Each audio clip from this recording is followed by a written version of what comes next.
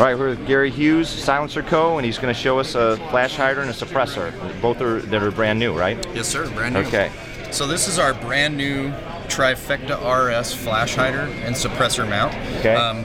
Basically, there are a lot of three-prong flash hiders on the market. Right. And one of the things that we felt we could improve upon was a lot of people have issue with the ringing that goes on when you fire a suppressor rifle. Ringing and pinging. Yeah, and it's operationally, you may consider a big deal or not a big deal. Right. But nevertheless, people have complained about it, and so we felt it was something we'd address in our design. So, right.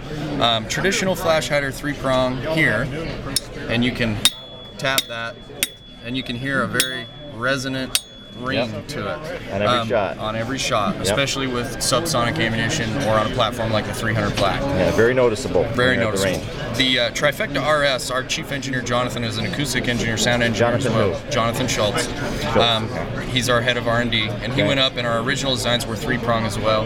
They were the same length. When he shot it, he heard it ring. He said, "I can fix that. I just need to kill the resonance." Okay. So what he did is he created a three-stepped three-prong flash hider. So they're three different lengths. Each prong is a different length. Ooh. What that does effectively is it takes away the tuning fork effect of the suppressed platform. Ooh, so when you physics. shoot it, it will not ring. Right. So this mount's a little deceptive on a gun. It's totally deadened. But I'll go through here again. So we'll do the traditional one. Okay. You can hear a ring. Gotcha. With ours, it's just pretty much deadened. Very cool. That's what the RS stands for in the Trifecta RS. Trifecta RS stands for Trifecta Resonance Suppression. So we found a way to kind of kill the ping in the ring. Not too big of a deal, but people complained about it, so I think it's a big deal.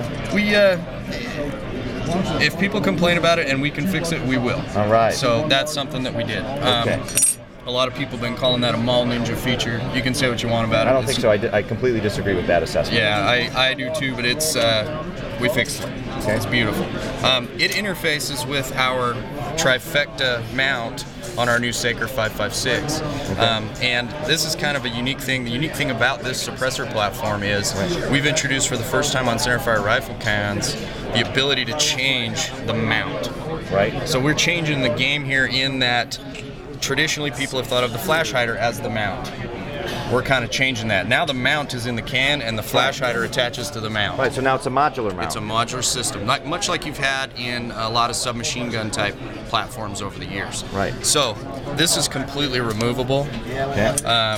You can simply unscrew this or tighten it. Mike, do you have that other attachment while he's doing this? Which one? That cool front thing? This is the actual suppressor body right here. Okay. And it's got it's got threads and a special taper in there that interface with our mounts. Okay. So this is the mount that'll actually interface with our Trifecta flash hider. Gotcha. We have interchangeable mounts, so if you have a squad designated marksman rifle, precision rifle, bolt gun, something of those sort, and you want absolutely the most solid mount possible, you can attach the direct thread mount.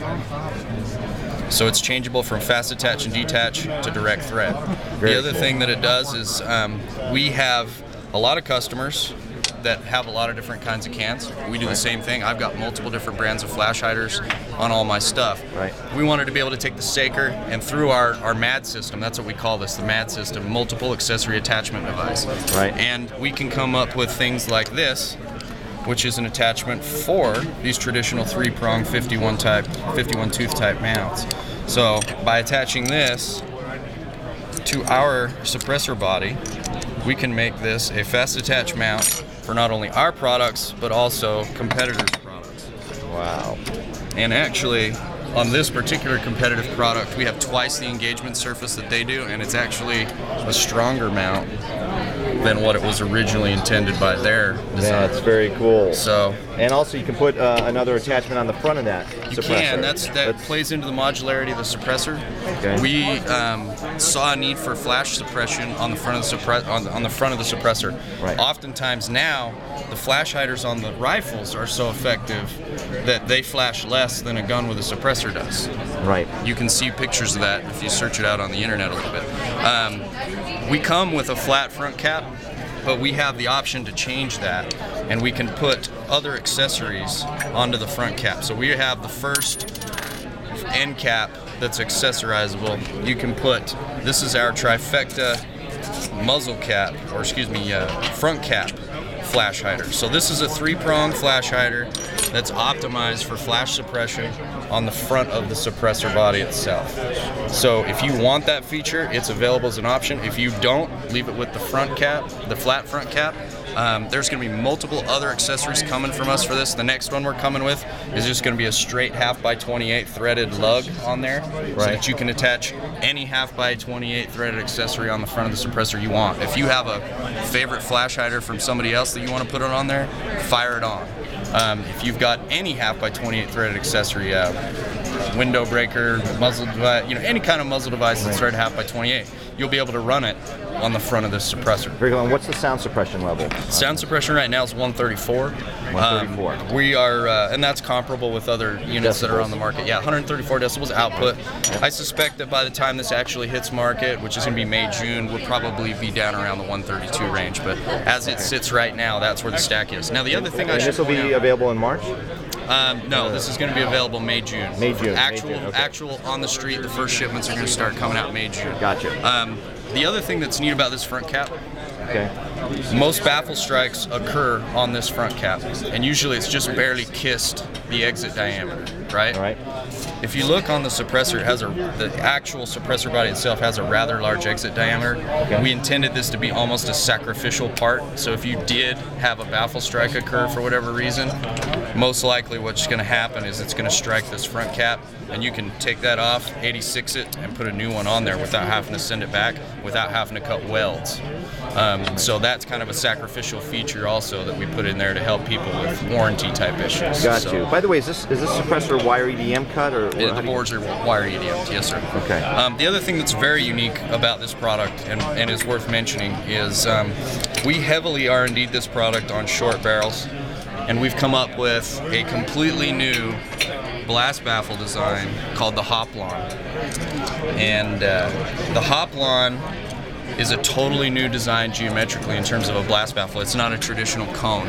The best way to describe it on the front side is it's what we call an inverse cone. And you can kind of see that if you look. I don't know if you're going to be able to get a shot. If I can get in there. I can't. Yeah, I don't know. So, it looks like an inverse cone, but it's not just an inverse cone. The blast baffle is actually about, say, yay long inside the suppressor. This is for machine gun use or what? This is for SBRs and machine gun use, right. We found that by changing the geometry away from a traditional cone baffle and moving to our Hoplon baffle, right, we're getting a 90% reduction in blast baffle erosion just through the geometry change. When you take that and use it in conjunction with a new blast baffle material that we're using, which I still can't talk about, it's not a new material, it's been around for a while, but it's the first time it's been used in suppressors. We're seeing about roughly a 60% improvement through the use of that material alone, without the blast baffle, right, in abrasion resistance. So when you combine the two, what that adds up to is, for a guy with an SBR or a machine gun, this is going to be the strongest can you can buy in terms of baffle erosion. A lot of companies tackle that challenge through the use of a muzzle brake instead of a flash hider. So they're sort of using your suppressor mount as a sacrificial piece to save the blast baffle. Right. We've done it through redesigning, re-engineering, and using the new geometry of our blast baffle to do that. So you can still use your flash hider. Very cool. I mean, it seems like you thought of everything. It's been 2 years in the making. We tried to. There's a lot of things that are kind of on the drawing board that are different in the 308 product. We will be coming out with a 762 product. Right, I would imagine maybe a 300 AAC blackout, all that stuff. If I have my way, we'll have a blackout can. Okay. That's my favorite cartridge. So we'll have something for that. Possibly 6.8. I mean, right? I mean, no, we are going to make a 6.8. The 6.8 will be coming along probably before even the 308 does, because that's pretty much, I think, just going to be a bigger bore. Gotcha. But the 30 caliber is being finished up, and there are going to be some features in the 30 cal that are more geared towards precision rifles than door kicker rifles like this. So Saker. All right, by Silencerco, and this is DefenseReview.com. Thank you. Thank you.